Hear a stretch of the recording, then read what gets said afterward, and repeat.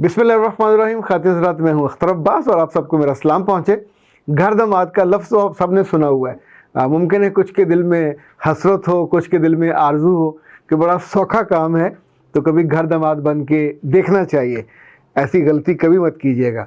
In fact घर दमाद के बारे में दो मुख्तलिफ आरा हैं, लेकिन जो फोक विजडम है, जो दनाई और उसके अंदर अकल होती है, समझ होती है, वो हमेशा प्रिवेल करती है। आई डोंट नो बाकी सूबों में क्या इसका सूरत हाल है। पंजाब में तो हमारे यहाँ एक जुमला कहा जाता है, सौरे घर जवाई कुत्ता, भैन दे घर भाई कुत्ता। अब ये इतना बड़ा, इट्स ए अब्यूज़, यानी इतनी बड़ी ये बुरी बात है कि जैसे ससुराल में कोई दामाद रहे और तो उसकी इज़्ज़त, उसकी मुमकिन हुर्मत का मामला भी हो और उसके मुकाम और मर्तबे का मामला भी हो। पर इसकी अमली तौर पे दो तीन सूरतें होती हैं। एक तो ये कि जिस घर में लड़कियां ज़्यादा हों और लड़का ना हो, तो फिर माँ बाप की ख्वाहिश होती है क्योंकि ऐसा अच्छा लड़का मिल जाए जो ख़ानदानी हो, चाहे कुछ ना करता हो। मैं इस पर ज़ोर दे रहा हूँ, चाहे कुछ ना करता हो, लगता मर्द हो, मर्दों जैसा हो, मर्दों की तरह हो, तो घर में उसका वजूद बरकत का बायस होता है।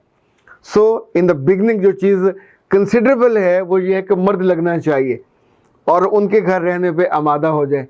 उसके ज़ुम्मे कुछ कमाना वाजिब नहीं होता, उसके ज़ुम्मे ये तय नहीं होता कि वो घर को पालेगा भी। हाँ, उसके ज़ुम्मे ये होगा कि उस घर में वो मौजूद रहे और उसके छोटे मोटे शुरू में नखरे सह जाते हैं, फिर धीरे धीरे वो उस घर का एक फ़र्द हो जाता है और समटाइम बेवकूफ़ भी हो जाता है। लेकिन इसके साथ एक दूसरा भी सूरत होती है कि अगर मियाँ फौत हो चुके हैं, बेगम है, एक आध बेटी है, तो भी उनकी ख्वाहिश होती है कि जायदाद है, ज़मीन है, तो कोई ऐसा बेटा मिल जाए जो उनके पास रहे, जायदाद को संभाले, ज़मीन को संभाले, जितने बाहर के काम हैं उनको संभाले। अच्छा, ये जो लड़का होगा ये काम करने वाला होगा, इसको समझदार भी होना चाहिए, इसको थोड़ा दबंग भी होना चाहिए और इसके अंदर इंसानियत भी होनी चाहिए, लालची या मीननेस ना हो। सो दोनों कैटेगरीज में बहुत क्लैरिटी होती है कि आपको चाहिए क्या। मेरे पास जो बहुत दिलचस्प केसेस आते हैं और उसमें थे एक केस एक दफ़ा ऐसा आया कि जिसमें 15-20 साल के बाद लड़की ने बहुत सख्त शिकायत की और तब तक उनके 3-4 बच्चे थे और उसने कहा कि जो मेरा मियाँ है कमाता कुछ नहीं है और मेरा ख्याल नहीं करता और हम तो उसे छोटा जो था, मुझसे उम्र में छोटा था 5-7 साल, तो लेके आए थे और अब जब मेरी उम्र ढल रही है और वो जवान हो रहा है तो उसको मेरी ज़्यादा केयर करनी चाहिए। अब तो तुम्हारे इतने बच्चे हैं। तो मैंने हंसते हुए कहा, अगर आप शुरू से मुझे सुनते आ रहे होते तो मैं एक बात हमेशा हल्के फुल्के मूड में कहता होता हूँ कि जब लड़का छोटा होता है तो लड़की अपनी जवानी के पीक पे जब गुजार के बुढ़ापे में जाना शुरू होती है तो लड़का उस वक्त जवान हो रहा होता है। तो अब उसकी डिमांड नए सिरे से एक मोहब्बत की होती है, नए सिरे से एक दूल्हा बनने की होती है, नए सिरे से यूँ समझे राजा इंद्र बनने की होती है। तो ऐसे सब केसेस में चूँकि गलती आपने की होती है तो उसका रिजल्ट तो आपको भुगतना होता है। दूसरी बात, अगर आपने उस वक्त परसीव ये किया था कि आपके लड़का घर में रहे तो वो रह रहा है, आपने परसीव ये किया कि वो एक मर्द की तरह वहाँ रहे तो वो रह रहा है, उसने आपको तंग नहीं किया, ये तो तय ही नहीं था कि वो कमाया करे। तब आप जॉब करते थे, लाइक आप डॉक्टर हो सकते हो, आप इंजीनियर हो सकते हो, आप वकील हो सकते हो, आप कुछ भी हो सकते हो, है तो लड़की। तो आपने उसको लाए थे कि घर में रोब रहे और घर पे छत्र छाया रहे। तो साथ आपने बताया भी था कि अगर तुम कुछ न कमाओ, मुझे याद है एक दफ़ा एक डॉक्टर साहब ने मुझसे कहा कि सर मुझे ऐसा दूल्हा चाहिए जो दिखने में इतना खूबसूरत हो, इतना खूबसूरत हो कि मुंह में पानी आए, वो सारी उम्र ना कमाए, मैं कमा के खिलाऊंगी, पर मैं चाहती हूँ मेरा साथ खड़ा हुआ वो अच्छा लगे तो मैं भी अच्छी लगूँ। अब देखिए, मुमकिन है आप सुन के मुस्कुराए हों, ये बात सुन के मैं बिल्कुल नहीं मुस्कुराया था, इसलिए कि किसी की ख्वाहिश पे, किसी की डिमांड पे, किसी को ख्वाब पे क्या मुस्कुराना। जो ख्वाब देखता है उसका ख्वाब ऐसा पूरा भी हो जाता है।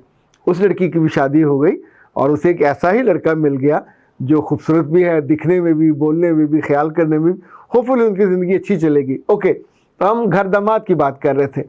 घर दामाद जब भी किसी ने रहना हो तो उसमें 2-3 कॉम्प्लिकेशंस भी हैं, ये भी सोच लीजिए। इसलिए कि घर दामाद होले होले फिर ये चाहता है कि उस घर में उसको बेटे की तरह ट्रीट किया जाए, मर्द की तरह ट्रीट किया जाए, उसको इंडिपेंडेंस भी हो, उसकी फेस सेविंग भी हो, उसकी स्पेस भी हो। सारी चीज़ें एक इकट्ठे पैकेज में नहीं मिला करती, इसमें से एक चीज़ ज़रूर मिस होगी। लाइक अगर आप बेटे बनोगे और बेटे बन के वहाँ रहना चाहोगे तो इट्स क्वाइट पॉसिबल कि आपको अपनी फिर अना का कुर्बानी देनी पड़े, अना को भूलना पड़े। जो लड़के अपनी अना को भूल जाते हैं और अपनी सास के और ससुर के भी बेटे बन जाते हैं तो ये तकरीबन 80 से 90% तक बन सकते हैं, 10% फिर भी दामाद रहते हैं। यानी कभी भी आप किसी के मुंह बोले बेटे बनने के बावजूद किसी न किसी कमी कोताही पे आपके कानों में कोई नागवार बात पड़ जाती है। फिर इतना हौसला आप में होना चाहिए कि चूँकि आप बाई चॉइस दामाद बने थे तो अब आपको अगर छोटी मोटी कोई बात उनकी बहनों में से, बहनोइयों में से, ख़ानदान में से कुछ ज़ाहिर किसी न किसी को वक्की से ताना ज़रूर देना होता है कि ये तो वहाँ मज़ा कर रहा है, ये तो वेलियाँ खा रहा है, ये तो वहाँ उनके खर्चे पे ले रहा है, मज़े कूट रहा है। तो बाबा वो तो कूटेगा चूँकि जब ये गया था। अच्छा, बहुत सारे बच्चे ऐसे होते हैं जो कम उम्र होते हैं, उन्हें ये लफ्ज़ सुन के लगता है कि बहुत शानदार लुक्रेटिव ऑफ़र है कि किसी जगह जाएं, उनका घर इस्तेमाल हो, वहाँ रहें, बीवी भी हो, बच्चे भी हों और ख़र्चा भी आपको ना करना पड़े और काम भी ना करना पड़े। तो मेरे बच्चों, ये दूर के ढोल सुहाने। उस घर में घर जवाई के साथ जो सबसे बड़ा मसला होता है वो उसकी बेवकूफ़ी होती है। छोटे बड़े फ़ैसलों में अगर वो कमा नहीं रहा, अगर वो जिस तौर पे बाकी मर्द अफेक्टिव होते हैं, घर के बड़े होते हैं, वैसा नहीं है तो फिर हर छोटे बड़े फ़ैसले में वो कंसिडर नहीं होगा, उससे ना बिठाया जाएगा, ना पूछा जाएगा, ना ज़िम्मेदारी दी जाएगी। जो बाहर डीलिंग वाले बड़े बड़े फ़ैसले हैं उसमें भी उसको नहीं भेजा जाएगा। वो घर में रहेगा एक दूसरी तीसरी बेटी के तौर पे, बस चेहरा उसका मर्दों वाला होगा, मूँछों वाला, और लगेगा वो दूसरों को जिनको नहीं पता कि ये घर दा। लेकिन आमतौर पे ये बात हमेशा लोगों में निकल जाती है और कभी कभी आपके यार दोस्त भी ताना दे देते हैं। उसको जो जो सहूलतें वहाँ से मिलती हैं वो बिल्कुल जैसे ख़वातीन को ससुराल में सहूलतें मिलती हैं और सास और ससुर और मियाँ कभी नाराज़ हो जाए तो ये ज़ालिम उन सहूलतों की रस्सी को खींच भी लेते हैं। तो फिर उस बच्ची को बहुत सारी जो समझे दिक्कतें होती हैं, घर से निकाल भी दिया जाता है। तो ये जो सौरे का जवाई होता है इसके साथ भी कभी कभी ऐसा हो जाता है। अगर ये तंग करे, अगर लाइक ये बीवी जॉब करती है तो फिर इसको बच्चे संभालने होंगे, बीवी जॉब करती है तो फिर इसको घर की सफाई सुथराई जितने डे केयर के मामला हैं वो इसको टेक केयर करने होंगे।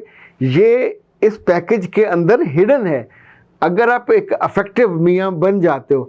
अच्छा, बैरूनी दुनिया में यहाँ पाकिस्तान से बहुत से लड़के जाते हैं जो कम इल्म, तो मैं नहीं कह रहा कम पढ़े लिखे होते हैं, उनकी बीवियाँ वहाँ पहले से नेशनल भी होती हैं, काम भी कर रही होती हैं, तो ये भी आम तौर पे घर जवाई बन के रहते हैं पर यहाँ बताते नहीं हैं। मेरे पास जब उनकी उम्र के 10-15 साल गुजर जाते हैं और दिल फिर टेंशन से और दुख से भर जाता है, पर उसमें टेंशन सबसे ज़्यादा इस बात की होती है कि वो वहाँ बेवकूफ़ होते हैं। आपको वक्त पे खाना भी मिल जाता है, आप गाड़ी पे बैठ कर सफ़र भी करते हैं, पर चूँकि आप ड्राइविंग सीट पे नहीं होते। ड्राइविंग सीट पे लड़की हो तो उसकी इज़्ज़त होगी, लड़का हो तो उसकी इज़्ज़त होगी। ड्राइविंग सीट पे बैठने का मतलब गाड़ी की ड्राइविंग करना नहीं है या बस की या किसी कोच की ड्राइविंग करना नहीं है।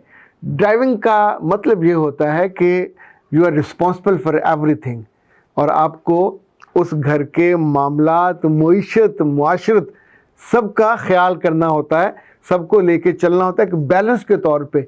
इस बीच में आपके अपने माँ बाप भी हैं और जैसे लड़कियों को अपने माँ बाप भूलने पड़ते हैं, इसी तौर पे घर जवाई को भी अपने माँ बाप को भूलना पड़ता है। वो रोज़ रोज़ उनकी तरफ नहीं जा सकता, अगर वो जाएगा तो फिर ये रिश्ता उसका टूट जाएगा। जैसे जो लड़की बार बार मायके जाती है उसका रिश्ता भी नहीं चलता, तो इसी तौर पे जो लड़का बार बार अपने मेके जाएगा या मायके जाएगा उसके साथ भी मैंने यही होते देखा है। क्योंकि जब भी आप जाते हो अपने मायके तो वहाँ आपके बहन भाई माँ बाप कोई ना कोई आपके कान में जहर ज़रूर डालता है। कुछ से आपकी वहाँ ठाट बाट बर्दाश्त नहीं होती कि गाड़ी पे आया है, मज़े से अच्छे सूट पहने हुए हैं, कफलिक्स लगे हुए हैं, ऐनक बड़ी अच्छी है, जूते चमकदार हैं। तो कुछ भाइयों से ये बर्दाश्त नहीं होता, कुछ बहनों से भी नहीं बर्दाश्त होता, कुछ पड़वैयों से भी बर्दाश्त नहीं होता। पड़वैये गालबन बहनोई को कहते हैं। और ये सारे रिश्ते फिर कहीं ना कहीं टौंट मारते हैं। तो टौंटे सुन के जब वापस ये आते हैं घर दामाद, तो अच्छे खासे सुकून वाले माहौल को, अच्छे खासे आरामदेह माहौल को फिर ये टांगे मारते हैं, फिर बुड़बुड़ करते हैं, फिर कोई बदतमीज़ी करते हैं। उदाहरण पे बीवी भी उस वक्त तो चूँकि मियाँ होती है तो मियाँ के तौर पे वो ट्रीट करती है। तो ऐ प्यारे घर दामादो, अगर बन गए हो तो फिर टिक के रहो। बन गए हो तो जिन चीज़ों पे एग्रीमेंट हुआ था, जिन चीज़ों की अंडरस्टैंडिंग थी, उनकी ओनरशिप लेके रहो और इज़्ज़त के साथ रहो, ताकि फिर आखिरी उम्र में तुम्हें वहाँ से धक्का ना मिले और आखिरी उम्र में तुम्हारी बीवियाँ रोती चीखती चिल्लाती अपने बच्चों को ना बताएं कि तुम्हारा बाबा तो किसी काम का नहीं था। तो उस उम्र में जब आप बाबे बन जाते हो और आसपास से रिश्तों की बेवकूफ़ी सर चढ़ के बोलने लगे, फिर बहुत दिक्कत होती है। अख्तर अब्बास को इजाज़त दीजिए। अस्सलाम वालेकुम।